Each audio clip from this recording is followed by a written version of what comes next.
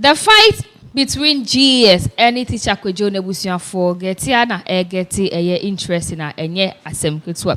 Obafi will say a dear tran so ade this and I some ena e ni ho ADPA and Monty Suban wo he et say yin say untimi fancy o ye den ebepie sa na teacher Kwadwo and Ghana Education Service in sense sem no etie. Last week mu ho ana say weekend mu ho and e beto just say GS for Asaki teacher Kwadwo HMA who say box and I say board chalk abana mwa on fanche se ne de ye papa kwesinya ntachi no sa papa ne de teacher Kwadwo ene ensem oba teacher Kwadwo na kasa de beto Facebook chema sake of some professional reason being to know want me fa content wallet ni munyina emba ekra mo chema let ye de bread on 27th of October ene ye date ba ye de bread no December 17th for the crime and no one semody yenya embon room. And I that sorry ya Ghana Education Service for Ababo because now man for can say me Brian so much that ni mu and other than Masaki teacher Kwadwo and a teacher Kwadwo then Kwan warrior or can some say ya GS near my to sini womuno mobile fix no more de sakin more de sana motie ye penny ya na mo say no Ghana the enkano insane PGS phone to me jinano. Hit na urban omuntu million na say some be din na Ghana fo akase gu manima ase na chese e de ye nema beba de ene no kura ni nyina omu beba betuja omu de no kura ni nyina eba betuja ma me no ka say GS4 e de release bi aba according to Ghana Education Service enema mako miense bi ane miense bi o ena branch ani din e de Michael Wusu afiye ejina so anaso ye ya omu GS for so jina so ka say ye contract ye ni wo as a teacher no ya terminate no ye ni wuntimi nya ejuma bi because ya ka wuntimi nya nti e be ya teacher Kwadwo tina ufie na ya so ye ntina ye ejuma mu anase ye ndi ye hene as Ghana Education Service teacher Kwadwo de reply aba be ye 3 billion yini nyina e wo hamanfo so kan sem e refer teacher Kwadwo back say wo froko na wo emre bi etwemu o headmaster kwat mi ko fa okochoku Facebook e na wo ne me de ye wenu ani so o tina ye be hia aje so pa mecho insempi na e na wa ha enya nsem ketu se ye be kokko ni nyina so no ye be ko ne Ghana Education Service for e de ba bonte abusuafo eno e na that screen so we efi Ghana Education Service omo headquarters no Accra omo church nsemu aha we regional director regional education officer report of allegations of professional misconduct against Michael Owusu Efriye of Ekrofrom DA Primary School in the Ekrofrom district of Ashanti region. Management has studied and reviewed the reports of the Ekrofrom District Disciplinary Committee on allegations of professional misconduct against Mr. Michael Owusu Efriye of Ekrofrom DA Primary School with staff number 124 and Eshohono. Now reporter Omuchirema establish ye year 1. Michael Owusu Efriye, the P4 teacher of Ekrofrom DA Primary School, was absent from school without permission for a total of 55 days in the year 2021. Academic in a teacher Kwadwo school 55 days. Ahine woman. 2 no. Michael Owusu Efriye refused to prepare lesson plan as a professional teacher and ignored directive of the district director to prepare the lesson plan. He further refused to submit lesson notes for vetting by his head teacher. 3. Michael Owusu Efriye exhibited the highest level of insubordination towards the district director and the school improvement support officer, CISO, responsible for his school as well as the head teacher of his school, and that he in some instances refused to respond to queries sent him by both the headmaster and the CISO. He further even refused to respond to a query issued to him by the district director, and in addition refused to appear before a panel set up by the district director to investigate his conduct. Management viewed this conduct serious enough and very unprofessional and unethical. Management therefore does not accept the recommendation of the committee that Mr. Michael Owusu Efriye should be reassigned since Since the recommended sanction does not commiserate with the established misconduct, since such serious, unprofessional, and unethical conduct merits summary dismissal. Management, however, has taken into consideration some of Mr. Owusu Efriye's position contribution to the schools in terms of painting the school, donation of television sets, computers to the school, as well as provision of school uniforms to some pupils, and therefore direct that his appointment with the Ghana Education Service should be terminated forthwith. Since termination of appointment requires the endorsement of GES Council, which currently is not reconstituted, it is directed that Mr. Owusu Efriye should stay away from GES until a final decision by the GES Council when reconstituted.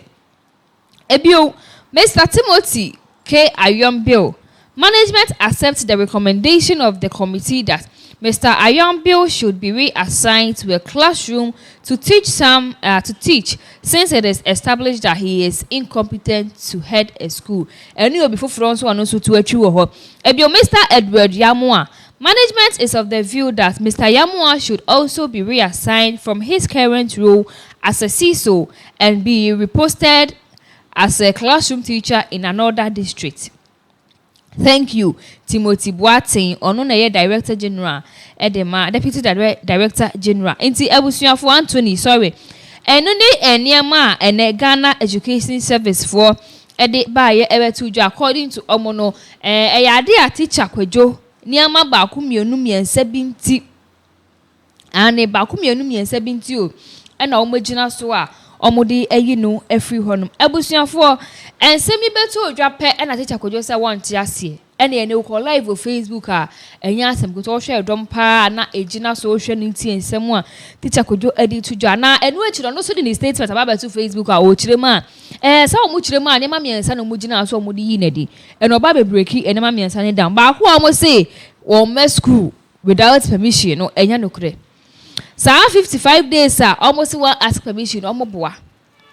Onu Kwadwo e teacher Kwadwo or ask permission if in the head teacher ho e ma head teacher e approve it say but send the FDA for approve aduane ye di suma ne sepa na the reason na on ko school ni na so onu ko sponsors e dey break school say be ya ene ma bi nketenkete bi a e be delay a GS from provide school no obubenya na mo so adesua ene ade kire ho ayede akonta na nkora ni age teacher ni na head and kasa ti ase 55 days no ne omo ka ne de enye sa na asemi ati omu njai sa akura ebio the second one na o kire mu omo se ono teacher Kwadwo on fa ne lesson note ni ade emba no enye nokure na Ghana Education Service for code of ethics and as ade government wo mudi ya enchire no na ya ne say teacher ni bia no ya provide the lessons and our lesson note efema wo teacher and no teacher Kwadwo o provide ne de ba ne de no o print and book mo na say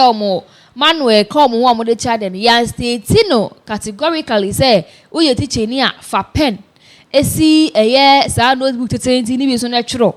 And the science one can separate. Yes, he provide the lesson note into for him being a professional teacher.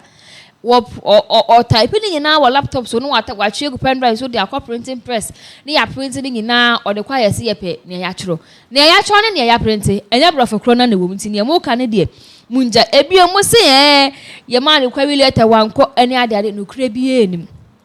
Ghana for Kaimo or some back I am maybe a chumu. Or the better was say idea GS for the district director for so be she anomaly meeting be Miss Con Nabina the Ade my back I teacher Kwadwo Facebook echo post picture bia or share say a confront idea batakali 34 time be the corner trim corner could drew or no besides I don't what dress was you dress any day on one a shade to be mentioned at Ade one say and on according to teacher Kwadwo almost hot and I would be a befro and a sabi as a papa be anywhere penny for and the kind into sa query letter crown or more cano. And he found the fee. And yes, I will call the Facebook in some dear Pina and I idea teacher Kwadwo to be pronounced na Rema. Send your Ghana Education Service for teacher Kwadwo Edino in Koye. enko ye kura nti ne be ya omo revive omo revise omo hu se da bi ne ye ne abrante ni edi no enye nti be bibi afa ho a ye fa bi hu su kire ma teacher Kwadwo na nkasa no won twa ye enfrie bi atwuma na emne bi atwamu uko Facebook a eniama akoso no enye ensem ketu abusuafo ye gusu kasa ye ka teacher Kwadwo ho ensensem na teacher Kwadwo edi bi foforo ababetu Facebook o kirema won se GS for letter omode ba ye omo kirema ye teacher Kwadwo gi no enkofo mienu bi wo hono mo a omo so edi omo ho edi ba ya na so mudi ebepiem na ene ba ko de ensem abetu na according to sani pako no dina ye ne dina ya assign ne so ono so nko different district enko kira de no ono anya boni bia na tie sane be ya onka se ensem ne nya do kwenti ensem o teacher Kwadwo chiro ye anaso posti or reposti free nipa no eho ba ye no eye response from a crow from Siso on teacher Kwadwo's case. Good evening, colleagues. Last Friday, 17 December 2021, I officially received a letter from GES headquarters in relation to the above case. According to the letter, I should be reassigned to classroom teacher in another district. I decided not to challenge this because I thought headquarters got everything right. But after further checks, it has been realized that my district education disciplinary committee made the recommendation, which was endorsed by my district director of education with the reason that Teacher Kwadwo is a popular figure. Therefore, they have to involve others in the case, else people may think he has been witch-hunted. I am therefore very surprised that the District Education Disciplinary Committee recommended that the CISO and the head teacher should be demoted, but teacher himself should be reassigned. No wonder the Director General didn't see any sense in this. My basis for challenging these recommendations are the following. 1. My Directorate and District Education Disciplinary Committee never found me culpable of any offense. Neither did Director General cite any of my actions that were against the code of conduct of GES that warranted my punishment. 2. I was posted to this directorate in September 20th. I was not assigned any schedule until January 2021. That I was given my appointment letter as a CISO of Ekrofrom district, Ekrofrom circuit, but the handing over as CISO was not done until June 2021. All because someone was not willing to hand over despite my numerous complaints to the directorate that if I was affecting my work, no officer, not even the director, saw anything wrong with it till when I was invited to appear before the District Education Disciplinary Committee. 3.